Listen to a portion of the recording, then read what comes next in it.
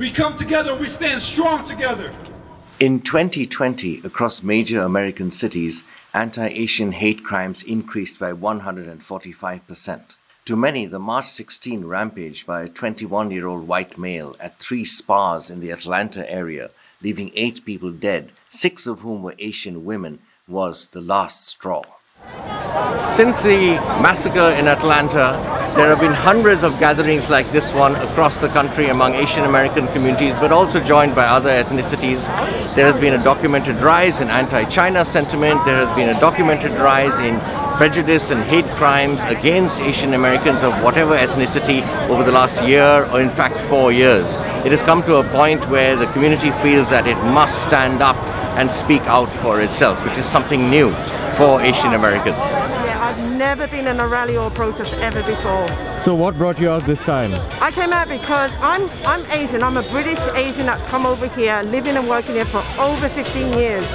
I'm really tired of the hate, the racism, the racial slurs, and I see that it's just happening everywhere I go.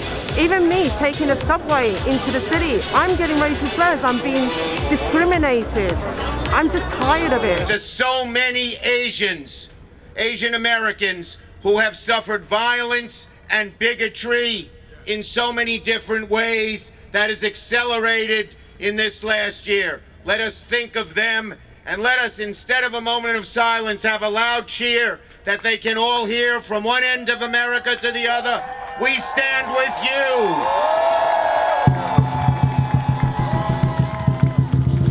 Now with Atlanta, we're starting to, it's really a big turning point, I guess you could say, where a lot of people are starting to realize that there's still a lot of racism towards Asians. Seeking a range of Asian Americans, I meet with Brian Tsao, a trained chef, currently advising a sandwich shop project. Brian is half Taiwanese and half Korean and was born in Flushing, Queens. I can significantly remember when I saw one of our leaders on television, call this the Chinese virus, Kung Flu. I literally had fear strike through my entire body. Now, whether he meant China, the country, it doesn't matter. It was just so reckless and such a blunt force instrument that triggered me, let alone a white person or a black person or a Latino or anybody who's already upset with the situation. Now you just put a face and a name very clearly out there. My father, my entire life, raised me with the mindset of you have to be on the defensive all the time, because in this country you're just a Chinaman. But nothing's going to stop you from providing for yourself, making your money, and do that stuff. But at the end of the day, you are a Chinaman, and you can't, always be ready. So I grew up my entire life always checking behind me, paying attention to my surroundings constantly, and I still live that way to this day. Even though, with the exception of this past year up until now, I felt the safest I've ever felt. When I was younger, that definitely wasn't the case. But it was just ingrained in me to be on the defensive, because someone's going to just disregard who I am as a human because you're the Chinaman, you're the foreign presence in this place. Back in Washington, D.C., I meet Claire Chu, a senior analyst at the RWR Advisory Group, who grew up in the Bay Area, which was once considered safe and progressive, but for Asian Americans now not quite as much. Another aspect to hate crimes against Asian Americans is that most have targeted women. Underlying that is often stereotypes of Asian American women perpetuated in no small way by the entertainment industry, including Hollywood.